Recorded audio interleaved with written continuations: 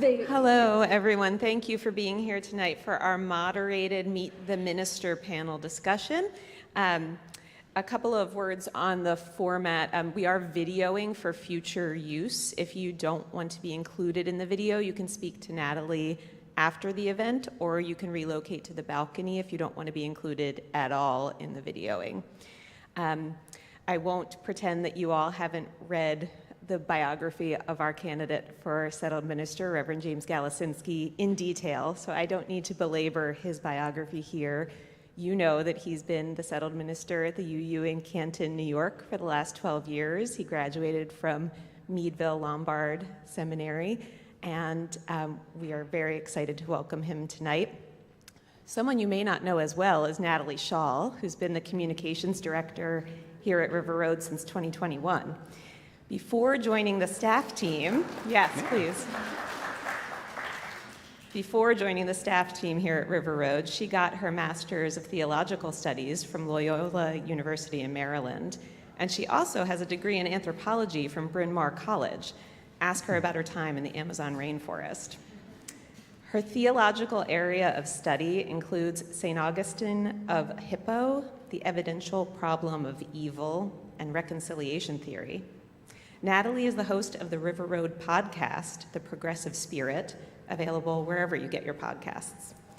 And we're grateful to Natalie for starting this Q&A with Reverend James tonight. We will have an audience Q&A to follow, and enjoy the evening. Thank you. Huh?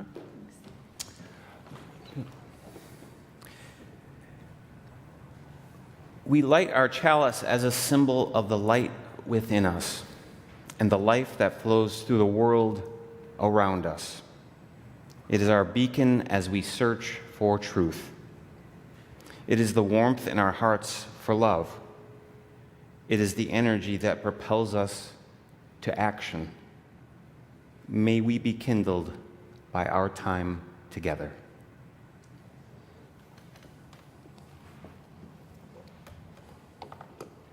Thank you. Yeah. So to start us off, Reverend James, can you give us an elevator pitch of your current theology? How many floors does this elevator go up? Or Not quite the Empire State Building. Okay, not Yeah. quite. Okay. I would start out by saying it's important to connect to something bigger than yourself. And for many people, that means different things. And for me, it's connecting with some spiritual practices that I can do daily and being involved in beloved community. Those are, I don't know how many floors that is. That's But I also would like to say that I coined a phrase. It's not popular or anything like that, but I think of myself as a pluralistic mystic.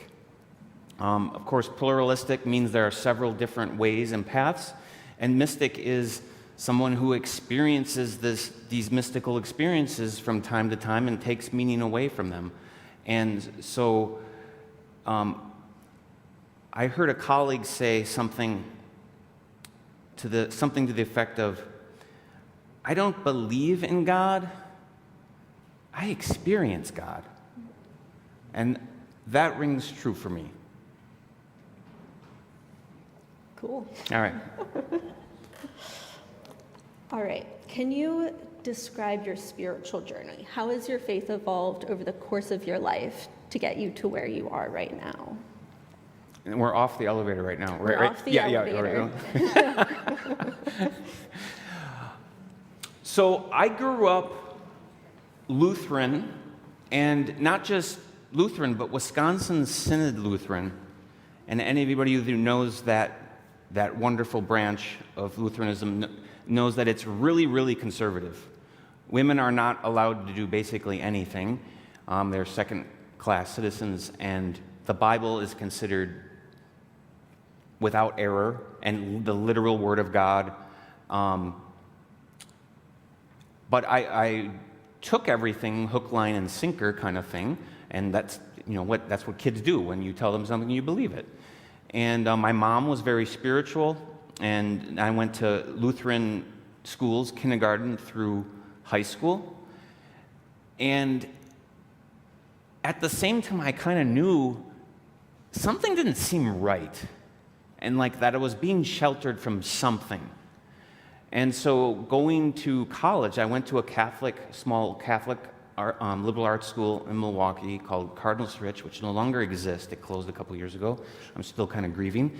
I encountered liberal theology, and I studied with a former priest and nuns, and I realized that there was a whole different way of looking at the world that was more inclusive, bigger, wider, and that embraced science instead of being suspect. And so I would say, I don't know, late teens, early 20s, I converted to being sort of a liberal-minded Christian to some extent. And I didn't find like my people. Like I tried going to an Episcopal church for a while. I tried going to Presbyterian church for a while. Even UCC didn't kind of seem to work out. And it was in my late 20s when I was working this job that I really didn't like as a financial advisor for, it's now called Ameriprise Financial. And it was like late night, and I told this before, but like some of you must have worked where there's cubicles, and they're not like super high cubicles, but like maybe this high. And so the person next to me was like leaning over and said, you know, kind of like, tell me what you think about religion and God and all this stuff. And I was like, oh, well, I've been thinking about this for a while. I mean, Jesus was a good guy, but not God. Wherever we're all going after death, we're all going wherever it is. It's not going to be this or that. And, you know, I said the Trinity just doesn't make sense to me. I mean, like 3 equals 1? Wait. And she said, oh my God, you sound like a Unitarian Universalist. And I was like, what's that? And I kind of looked it up, and then in a couple months, I went to a UU church in Milwaukee, First Unitarian Society. And I don't know. And then I think it's been, you know, an evolving journey and learning and growing and finding other viewpoints from there on. Yeah. Interesting you didn't stay with the Lutherans. At my Catholic university, I was taught by almost entirely Lutherans. Oh, really? Pretty liberal, yeah. I was in the really conservative branch of Lutheranism, or synod they call them, yeah. Yeah. So you may have mentioned this a little bit already, but if we could dive deeper, what life experiences have specifically influenced your theology or the way you understand your own spirituality? A couple things. I mean, I don't know. I just growing up in the Lutheran Church had an impression on me, and just the regularness of it. Once every Sunday we celebrate. You know, we pray and we're in community together. That's an important part that I take away from that experience. And there were certain things that really stand out though. Like I remember Christmas being really special, and they always played organ for everything. A lot of Bach. But like on Christmas, they would play a trumpet. Oh, and like it made everything just so special to hear a trumpet. Is that why you play the trumpet as well? I don't play the trumpet. Oh. I'm misremembering your instrument. But my son plays trumpet, actually. But speaking of trumpet, so I wanted to talk about another experience I had when I was probably in my early 20s, my undergraduate degree, and I was studying jazz history pretty seriously, and in class, we watched this documentary on John Coltrane. I think it was called The World According to John Coltrane, and in it they had like a 5 or 6 minute live clip of him playing My Favorite Things in 1965 in Belgium, I believe. And I experienced something that was just unexpected. Like, it was like I saw the sunrise for the first time. And it was like, it just blew my mind, and I was transported to another realm. I don't know. And and like it was beyond the music. It was like not what I was expecting. I was expecting jazz, and it was something more. Like, this guy is a theologian. This guy is a Beethoven, Mozart, Shakespeare artistic genius that is doing something really special. And like that moment, for a number of reasons, changed me. One being, like, the divine experience doesn't just, I mean, sometimes these mystical experiences, they just happen randomly, but for like Coltrane could like induce them and like give birth to them. And I was just like, wow, like, I want to do what he's doing.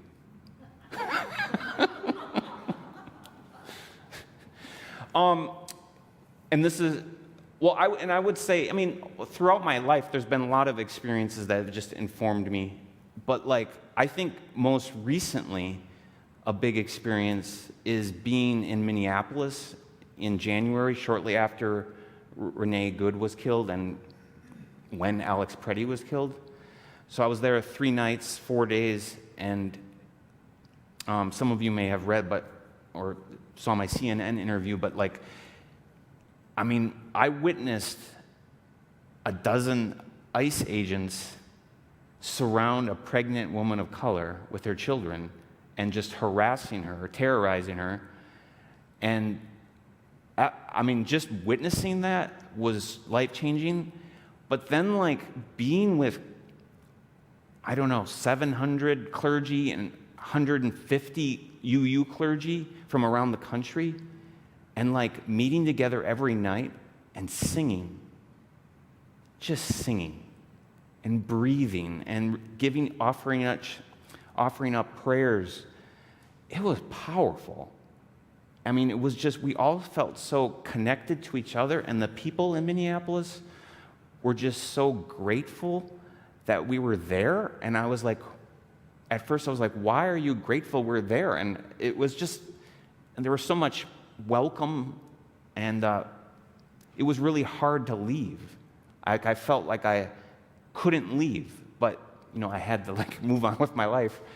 So that was a big experience where like where I would say, like, I don't know. I mean, like, I've talked to people who have been to Selma, and I'm like thinking that's must have what Selma was like, you know. So you're still experiencing theology in action and spirituality, and would you say you're still in a state of flux? Yeah, and I'm open to turns and things like that. Yeah, I'd agree. Awesome. Yeah. Yeah. And there's James Luther Adams, one of our great theologians, says the revelation is not sealed. It's continuous. It's ongoing. And I think most UUs are really open to that kind of concept and comfortable with that. Yeah, I recently read that mysticism is the unfolding of the soul, so your like that. pluralism mystic is coming out. So you mentioned singing and praying in Minneapolis. What are your other or your usual spiritual practices, like sound baths, smudging, praying? I journal a lot. I try to journal every day, but you know, sometimes things come up, you don't. But I think just getting quiet and some forms of meditation that normally have to do with breathing, and just, I have a pretty active mind, so anything I can do to just calm myself down. And a lot of times listening to music very intentionally is important to me, as well as reading the Tao Te Ching, poetry of Mary Oliver in particular, but poetry in general. And I like to go back to things and reread poems and reread chapters of the Tao Te Ching. Yeah. Awesome. Sounds a little bit like an Ignatian examen, which I was very big into. An Ignatian examen? Yes, it's intentionally experiencing a reading. Like, you read the Bible and you imagine yourself as a character in it or as a thing in it, experiencing the reading. Cool. Yeah. Do you have any practices or rituals that you look forward to incorporating here at River Road if you're called as our minister? Yeah. I mean, I guess the different forms of meditation in general, and I really like guided meditations. And actually, this morning we had a small gathering. It was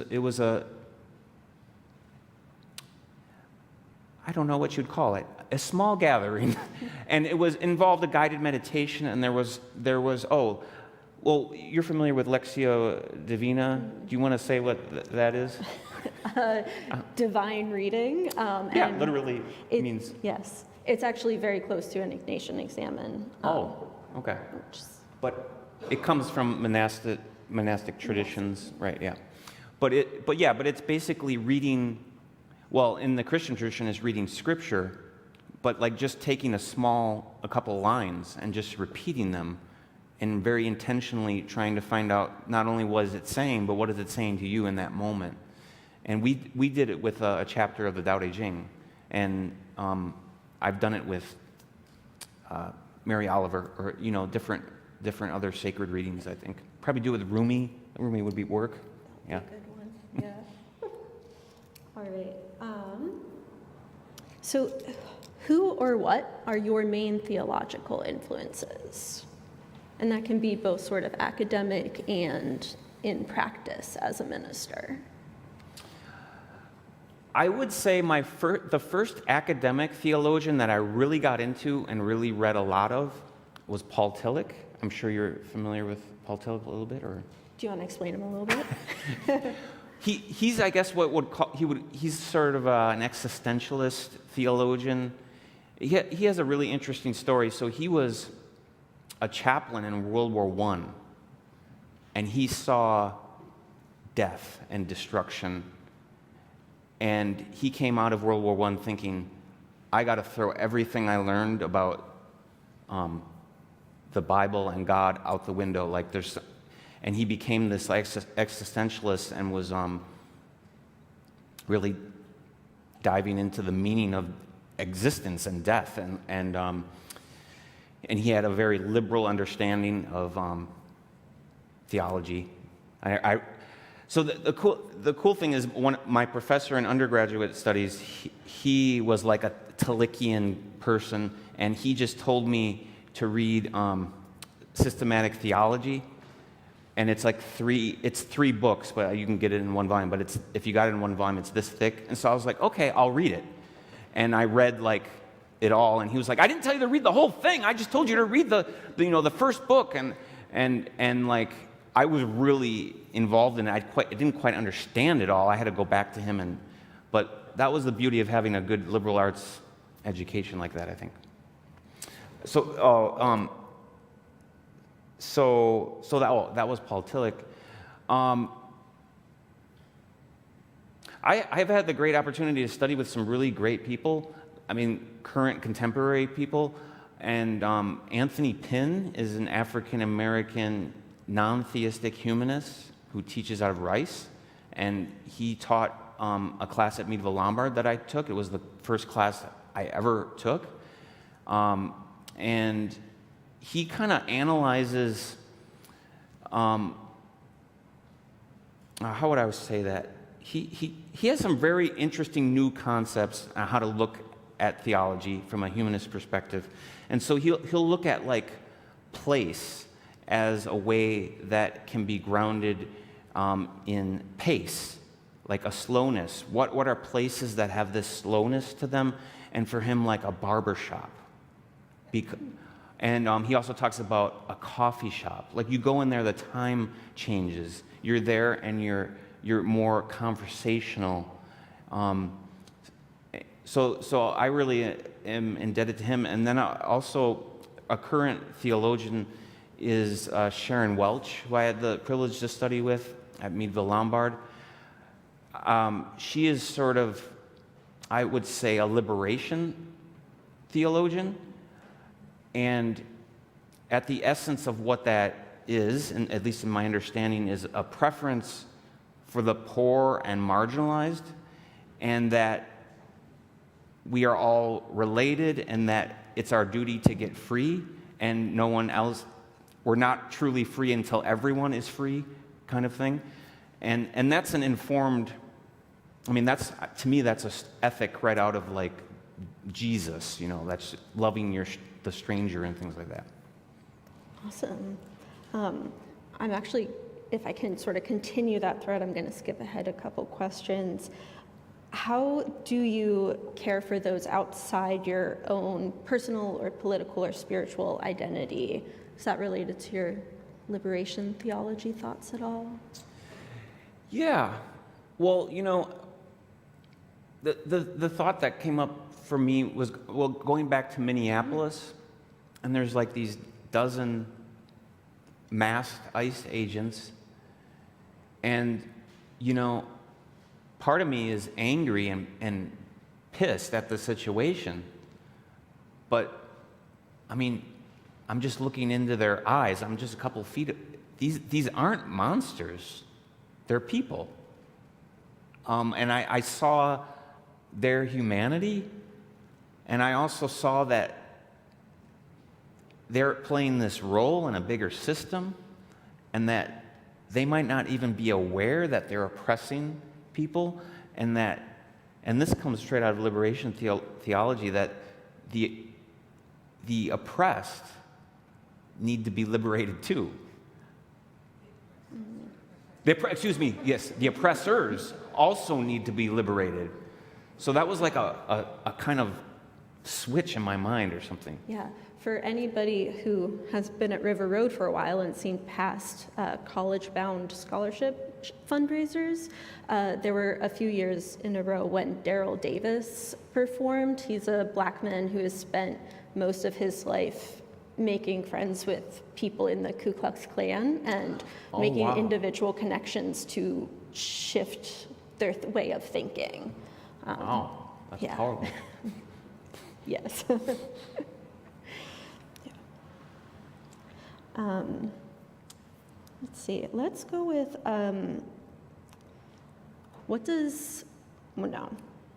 Sorry, I'm putting these in a correct order for them to flow.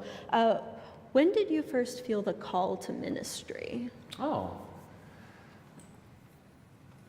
So I was in Lutheran grade school, and I'm guessing I was about 12. So that would have been 6th or 7th grade-ish. There was and I can't remember the details too much, it was a long time ago, but there was a teacher or a pastor from like some Lutheran prep high school that came and talked to the school and was encouraging people to think about going to this preparatory high school, which prepares you for ministry, teaching or pastor or ministry. And I remember him talking about, that we all have a calling. And, some of us are called to be mothers or fathers or plumbers or electricians or lawyers. But some of us have a special calling to preach the Word of God. And I was like, oh, that's me. But it's not something I verbalized. I think I told like my girlfriend at the time or something, but I didn't tell anyone. And but I've been reflecting on that for a long time and what that meant, and it just didn't seem right.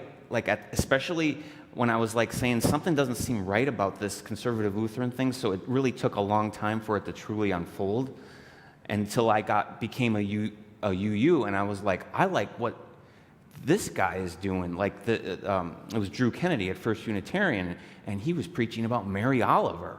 Wow, cool, I want to do that. And he was getting arrested for helping women that are trying to get abortions. He's getting arrested, and I'm like, I want to do what he's doing.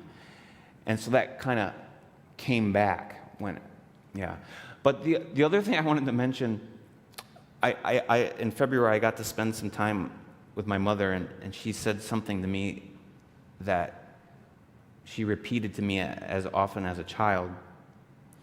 And it was something like, 'cause I have two older sisters. They're much older than I am. I was sort of a surprise child, and kind of late in my mother's, you know. And she said when I was born, she said something like, "I'm giving you back to the Lord." And she repeated that story to me a couple times throughout my life, so I'm sure that had some effect on things. So thank you, Mom. Did you like really identify with some of the Bible stories like Solomon or people who were sort of given to the Lord? Yeah, and there's that one story. Oh shoot, yeah, is it Eli? There's a calling. Samuel, right? Yes. There's a calling, and he keeps hearing this calling, but he's kind of like, "What is it?" And I'm not gonna like pay attention to it. I can't remember the details of it, but I remember identifying with that. Yeah. Yeah. I don't remember my Bible stories anymore. That's okay. You're you now, so Yeah. you don't really need them. So what does being pastoral mean to you? Being pastoral means to put my own anxieties and worries and struggles out of the way and become present and focus in on the person I'm with. And I think it also means to truly listen and to truly hear someone and to truly take in what they're saying. And I think sometimes it's less about what's actually said. I'm just thinking about an experience that happened pretty recently. Someone came to me and said, "You know, my mother just died, and now my wife is sick, and it's just, I don't know, I don't know how to explain what's going on." And I said something like, "That sounds horrible." And I mean, that's basically all I said. And then the next day he was like, "Thanks for those words of wisdom." But I think part of that is just like acknowledging, yeah, those feelings you have are not, that's natural and normal, and that's horrible. I mean, there's something therapeutic about that. Yeah.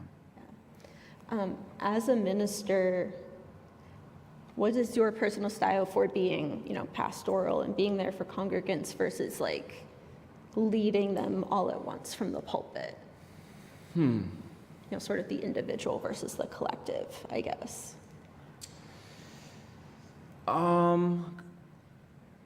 Well, I mean, I see, good question. I think I like being in front of people. I feel comfortable being in front of people, and I like being one-on-one, and I like small groups as well. I don't know, what I was thinking about too is like, I think for a modern day UU minister, it's like you have to be pastoral. I mean, that's part of the gig, but you also have to be a CEO, and you have to be able to manage staff and look out for what's best for a large nonprofit organization, So sometimes I feel like I'm switching back and forth between CEO and pastor, We'll make sure to prioritize your work-life balance then as we go forward. All right. In your bio that we all read super closely, you mentioned that you're a religious naturalist. Can you tell us more about that? Yeah. I mean, I didn't really talk about it before the other questions. I knew this question was coming up, so I didn't. So religious naturalism, as far as I can tell, kind of comes out of like the lineage of humanism, and it has non-theistic and theistic forms. And to put it most positively, it's saying the natural world is enough. The natural world has enough reverence, enough awe, enough magnificent wonder. We don't need to invent gods and goddesses and spiritual realms, the natural world is enough. And I got the chance to study with two like leading voices in this sort of movement. A lot of it is UU adjacent, and I'm going to actually use a reading on Sunday from Ursula Goodenough, who's a cell biologist, but like kind of a poet philosopher as well in this movement. She's a UU and she's retired now and lives on Martha's Vineyard, I believe. So that has really spoken to me, especially like Emerson and Thoreau and the Transcendentalists have always really spoken to me. And then I feel like this is sort of a contemporary continuation of some of that kind of nature mysticism. Cool. And actually, there's a book written by someone that some of you know, Bill Murray. I think it's called Reason and Reverence, or Reverence and whatever it's called. But he touches a little bit on religious naturalism and brings that up. And awesome.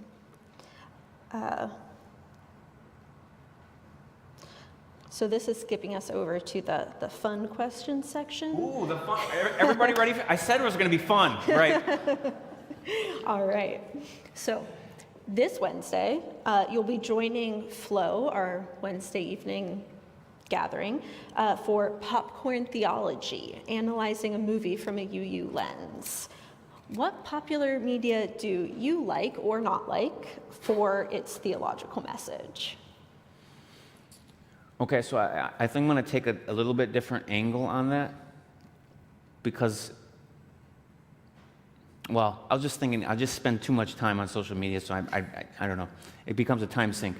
But like one thing that I want to explore, and I actually explored this with the ministerial search team committee, and that is using improv theater as like a theological reflection tool. I forced some of them. Josh was one of them, right? And but like I forced them into these situations where they had to assume characters and come up with this dialogue, and it was actually really fun. But then we like sat down and reflected on like what that meant for like congregational life and stuff. So I think that's a really. I just took one sort of a class on it in February, and I'd like to explore it more, and I think there's a lot of potential.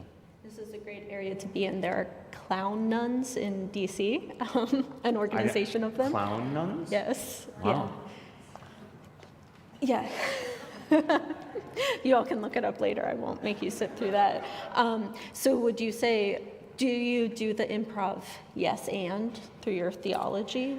Yeah, I think that's an important one of the like philosophies of improv is yes and, that when you're in these improv theater things, like when someone does something, you're not like, ugh, Natalie, that's weird. You kind of like, oh, yes, and you like go with it.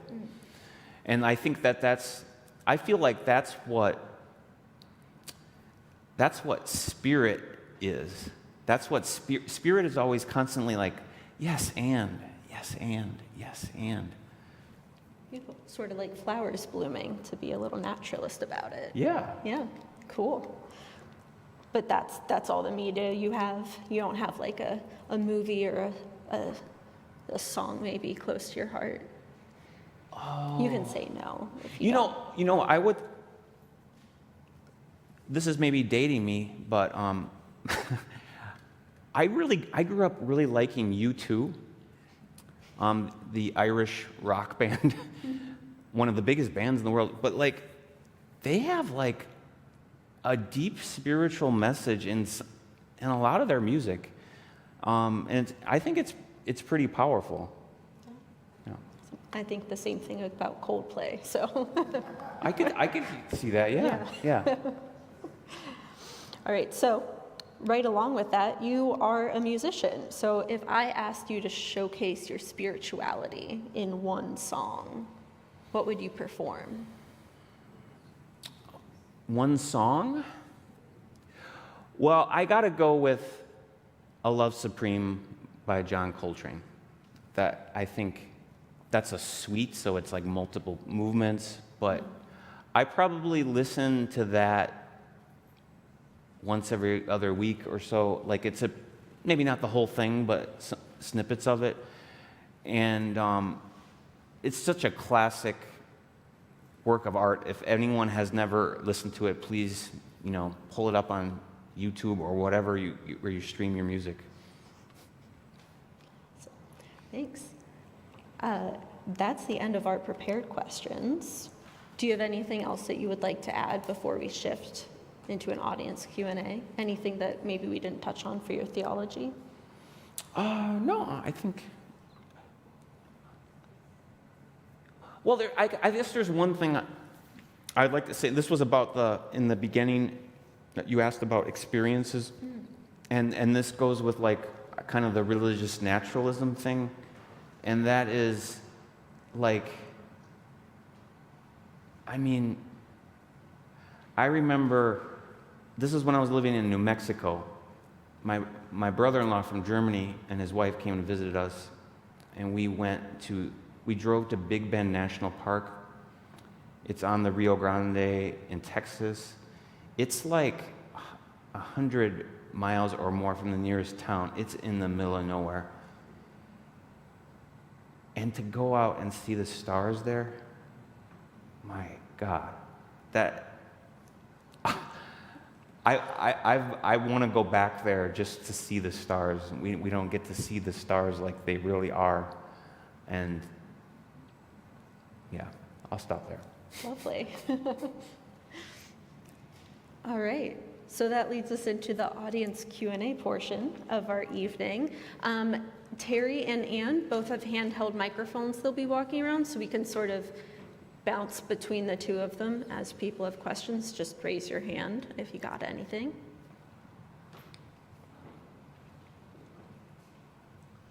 John Hansman. Well, some years ago, early in your predecessor's ministry here, there was the movement for policy governance, and a change or a different expectation of the minister that they would not simply be pastoral and a leader on the Sunday service, but also run the business. I was pretty skeptical about that. I thought that was asking too much of any one minister to be good at all of those things. Well, I was wrong, because Nancy Ladd showed how it could be done.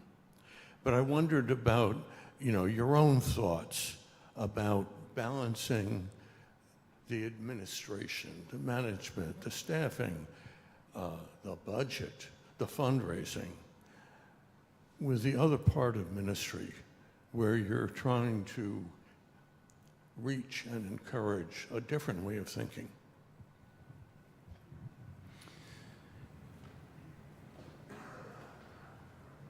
Yeah, so one of the things I did in my ministry in Canton was, when I first started, no one knew on the board, no one knew that there were policies, or no one knew where they were. So every time something came up, like there's a renter that wants to use alcohol in the premises, should we do that? And they would get together, and I'm like, wait, I think I read something about that somewhere. So there were all these scattered policies.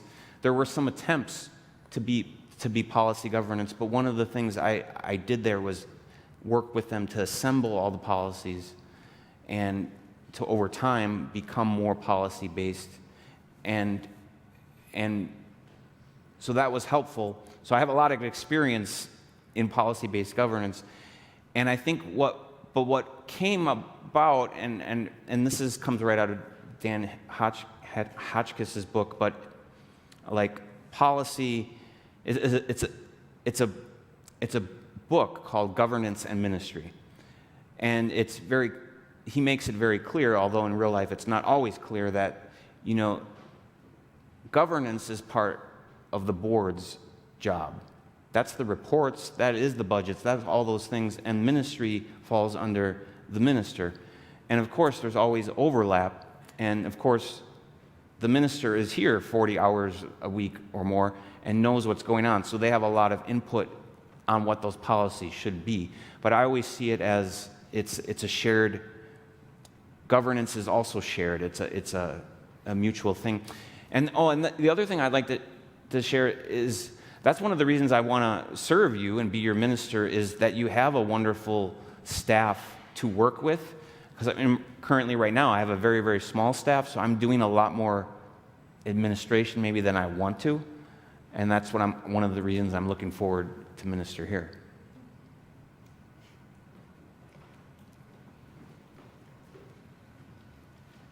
John Nowick, thank you. I'll cheat and ask you two questions. The first is a non-spiritual one. How can someone from Wisconsin and near the Canadian border in New York, how do they think they will adapt to our milder DC area winters? And the second question, more serious, is you mentioned religious naturalism, and I hadn't heard the term before, but you spoke Sunday about interconnectedness and the spider web. I love the analogy. To what extent do you mean to include the natural world and not just human beings as part of that connectedness? So the last part, what ways do I... To what extent do you mean to include other of God's creations, animals, plants, trees, as part of the connection, as well as human beings? Oh, I think it's all connected and we're all part of the same web, yeah. And then the first part of that was about adapting to milder winters. Yeah. Well, I have this collection of snow shovels. One is like a huge blue plastic one that I call the man plow, and it's like for when the snow is like 1 inch. And I also have like a plastic one that's deeper, smaller but deeper for when it's thicker and heavier snow. And I have a metal shovel for when it's kind of icy. And I have 3 or 4 other ones. There's a lot of shovels. I shared a picture with this. Yeah. I'm like, what am I going to do with all my shovels? Yeah, I probably only need one here, I think. Did mention the bazaar. Yeah.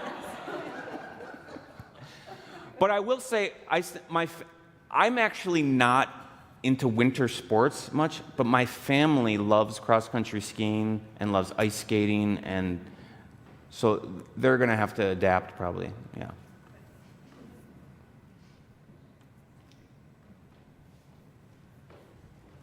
Helen Pop. The latest UU World is filled with Meet the Moment campaign. And we do these campaigns every once in a while. Following the Promise is one I remember.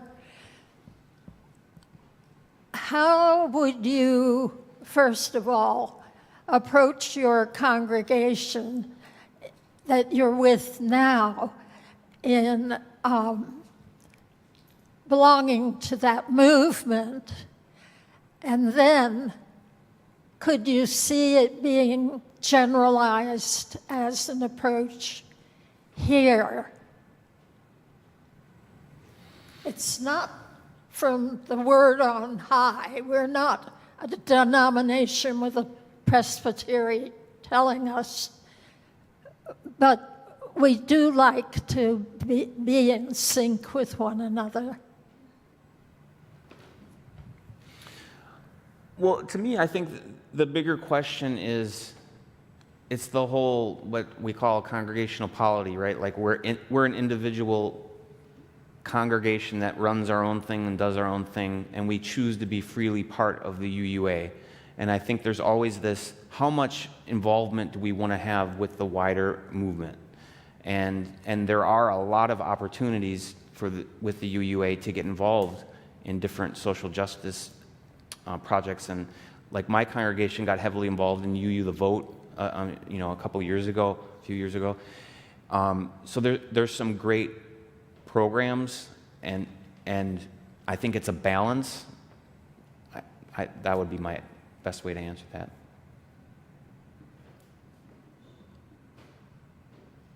You mentioned, Evelyn Jacob, you mentioned that early on you came to a viewpoint of Jesus was a good man, but not God. And could you talk a little more about how you would make the message of Jesus and the message of the New Testament, how you would present it in that way, in a humanistic way, or in a way that makes it accessible to other people who share your belief? Well, I think there are certain stories from the New Testament that are really powerful that need to be repeated, like the Good Samaritan story. I mean, that's a powerful story that, you know, the religious people pass by this person that's about to die on the road, but the person that is like a sworn enemy is the one that helps them. And that's the neighbor. That's a powerful ethic. That's a powerful, that transcends Christianity. I don't know. I think so there's certain stories like that. And then, I'm remembering what the Pope said recently. Blessed are the peacemakers. I mean, there's some powerful things in the New Testament that are good. And one of the rabbit holes I tend to go down to, I love, there's this author, Bart Ehrman. He's an atheist, but like a scholar and historian of New Testament. I love reading his books. And the one I'm reading right now is about the importance of Jesus' ethical message on Western civilization that sometimes gets overlooked. And he's coming at it from an atheistic standpoint, yeah. But he was a believing Christian early. Yeah, he was, I think, an Episcopal, and then he became a born again, and then he became an atheist once he started really studying the scriptures. There is a quote, I think it's from Brennan Green, and he says, stop asking what the text means and start asking what it can do. And I wonder if that's perhaps similar to your view of the New Testament. It's not so much, you don't really have to focus on the Jesus as Christ part of it if you're focusing on the morals behind his stories. Right. Yeah. Quick follow-up here. Stories. I think the stories in the Bible are a big, important legacy. I've always thought that UUs need more of a collection of stories. And I'm wondering what you think about that. Stories that UUs can draw on as a touchstone. I've never done this, but I thought about I had this thought of having like a liturgical year of like UU stories, like a cycle that you go through, like, you know, maybe there's it would include world religion stories, include the Passover story, include, the Exodus story. It would include, high and holy days in Judaism. It would include Easter. It would include various other things. I'm having trouble remembering. But, I do think there's some potential there. And I was actually thinking about going back to being in Minneapolis. I remember I don't know, I just felt like that's an important story. Like a lot of UUs showed up. And similar to Selma, the percentage of UUs that showed up in Selma, 2 of them ultimately paid the price with their lives. I mean, that's a story we need to tell. That when it really came down to it, we showed up.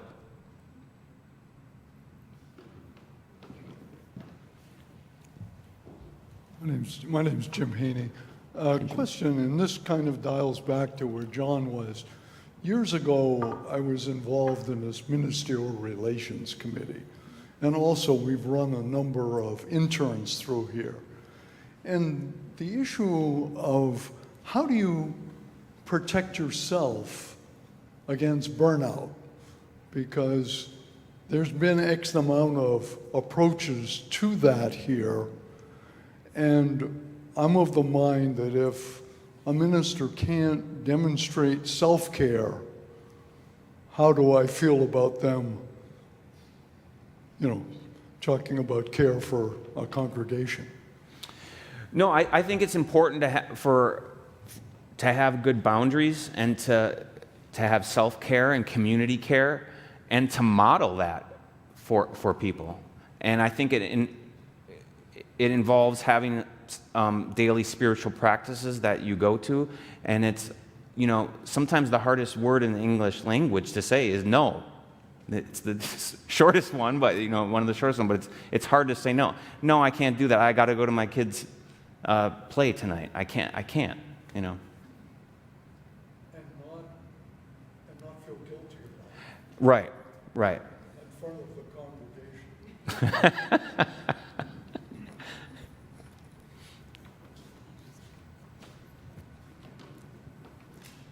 I'm Rob Neuter, and I'll raise something a little closer to home. A couple of years ago, the Article 2 part of the UUA's bylaws were rewritten, as you know.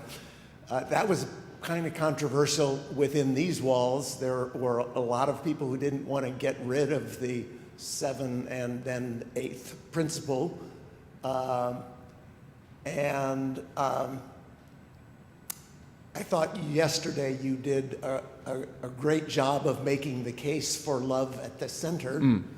But overall, how did you see how that experience went throughout your congregation or throughout the UUA in general, as to how the whole transformation of that section of our bylaws, how it went? Well, I'll just say that when we started talking about the 8th principle, the one that's on racial justice and everything, I had already knew from people in the UUA and on different committees that the Article 2 was going to be rethought. So I didn't push for that in Canton because I knew that within a year or two it was going to all be rethought, and we don't know what it's going to be rethought as. So we watched that play out, and to tell you the truth, I think the people in Canton didn't really care. It wasn't a big deal either way. There wasn't much of a controversy or anything. Part of it is just, maybe it's just geographically isolating. The UUA seems a world away, but it's also just, I think, well, it's bylaws in a big organization. It doesn't really affect the local congregation. At least that's how I think we thought about it.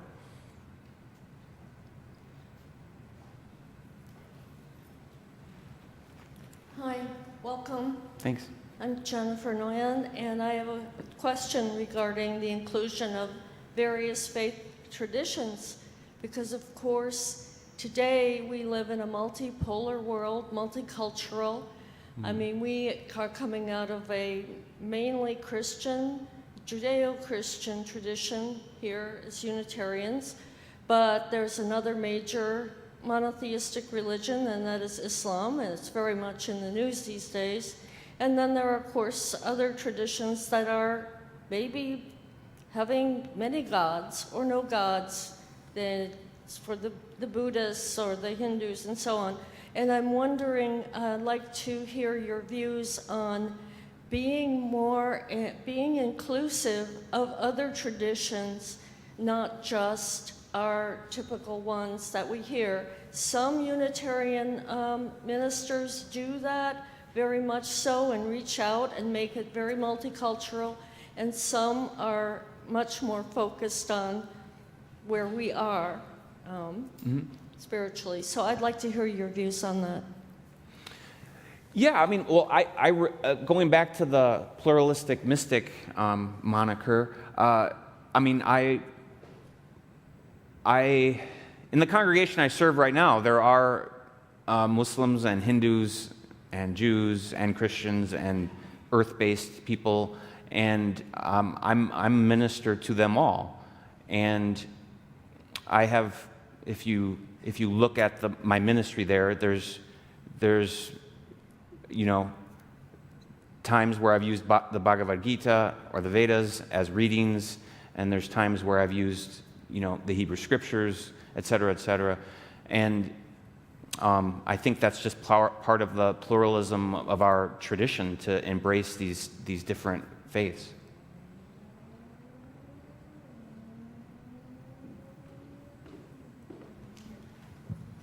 Hi, I'm Leslie Zarker. Unitarian Universalists famously don't proselytize. And instead, I think through our actions and our ministry of action, we hope to connect with the community around us and further afield. And I've been reading how you in Canton had some interesting activities like jazz and coffee nights and theology on tap. And I'm wondering, what are your thoughts about how we can better get the word out about what we offer our community?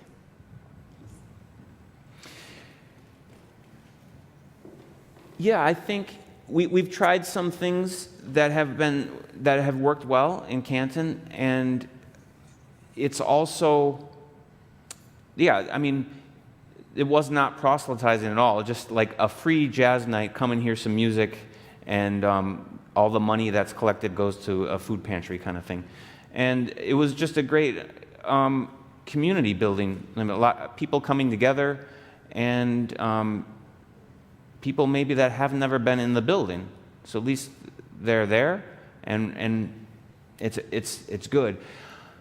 The other thing that we did is so in New York State, it's called the New York Convention of Universalists, and they never gave their money to the UUA when everything got consolidated, and so they have a chunk of money that they give out, and you can apply for these grants. And we applied for a grant to do what's it called, underwrite on NPR, do some underwriting, and to advertise in like conventional papers. I guess some people still read some papers. No, I'm just.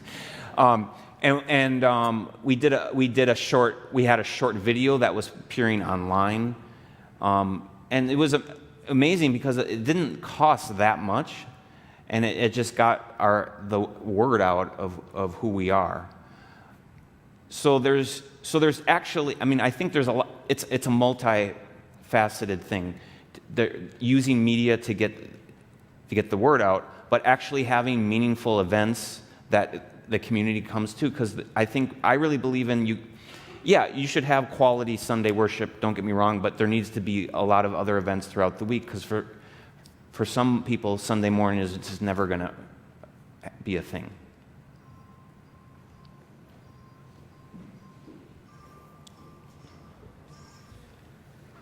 Hi, Stephanie Maslowski. So, at one of the meetings I went that you were at, one of the congregants brought up a question about coping with anger. And, I think in particular, given where we are and how many people have been affected by the federal shutdowns, lost their jobs and all this other stuff, there's a tremendous amount of anger and frustration in this church. There have been a lot of people who've been seriously affected. And I think what I'm kind of curious about is, how do you see your role in helping people heal and feel safe in expressing their frustrations and anger, and not just what happened to us individually and collectively, but nationally and all these other things going on. How to help us work past that and move forward in a constructive manner.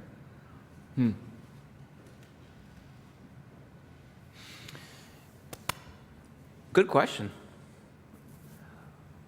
Well, I think the first thing that comes to mind is like, if someone has been hurt and harmed, I think ritual plays an important part. And maybe there's a creative, and, and especially when it's not just one person, it's a collective that it's been happening to, it's important to do like a collective ritual. And I don't know what that is exactly, but maybe there could be some creativity in it. I was thinking about when I was going through the ordination process, I didn't pass the MFC the first time.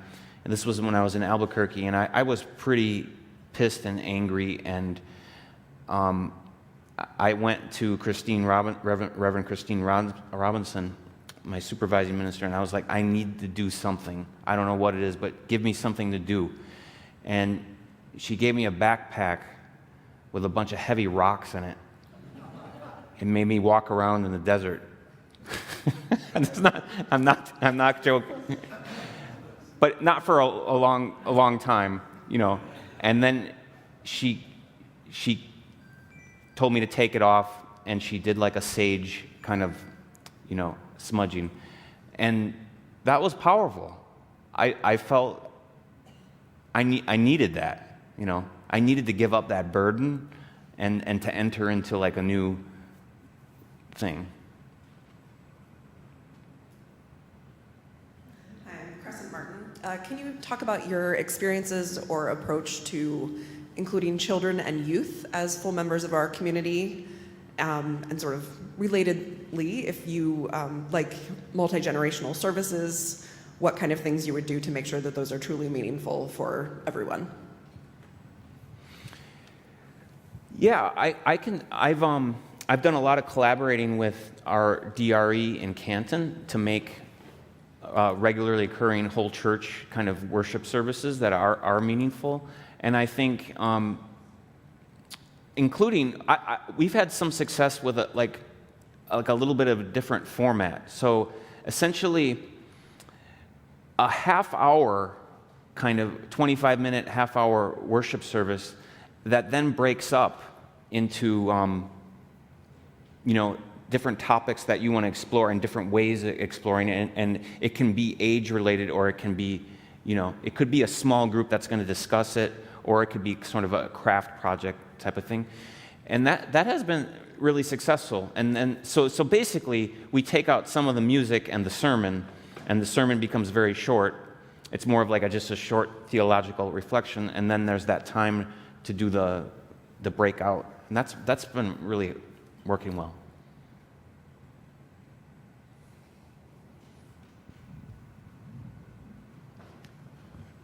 Excuse me, Peter Engelbretson. I'm wondering, have you traveled internationally, and if so, has it had anything to do with your ministry?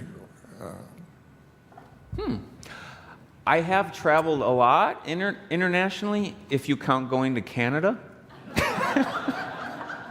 I just went to Ottawa like twice in the last week. No, but I've been to Germany several times because my wife is a German citizen. And I've been to France and England and Mexico. I'm trying to think, what else have I been? The Netherlands. My wife also has relatives in the Netherlands.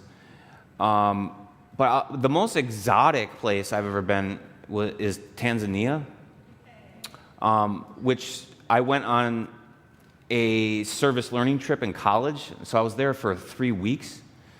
And that was a powerful experience. One of the reasons it was powerful is, there was a lot of things that were powerful about it. We went on a safari, and I got to see all these animals in the wild, you name it, I saw it. But like, I remember like the day I left, a bunch of the people there that I had met and befriended asked me for my shoes. And I was like, you want my shoes? They're like, yeah, those Nikes, we could like make a lot of money off or something.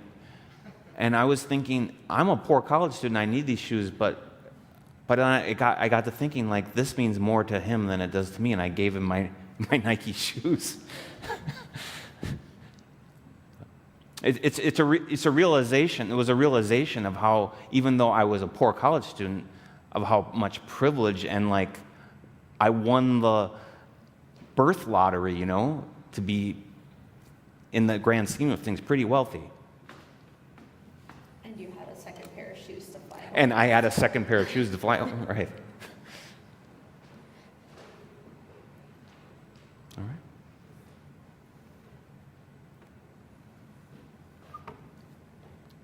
Last call for questions.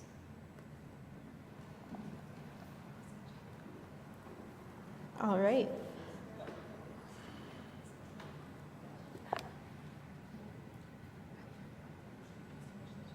Should we extinguish the chalice? Right. Oh, do we have another question? We have one more? Awesome. One more question, and then we'll.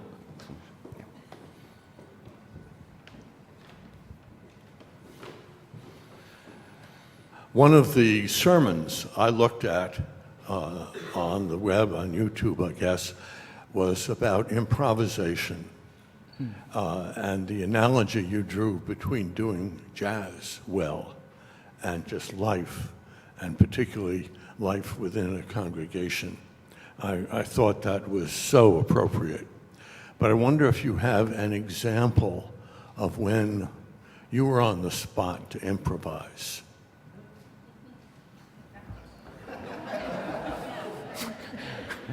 Yeah, right now is kind of the. And you're speaking specifically of congregational life ministry kind of thing, I assume. Oh. Well, I feel like it's happening all the time. I mean, just me speaking, like these sentences, these words that I'm saying right now, they're improvised. I'm trying to think of a good example. Oh, this is something I put in my record, I think, but like I was doing a series of sermons on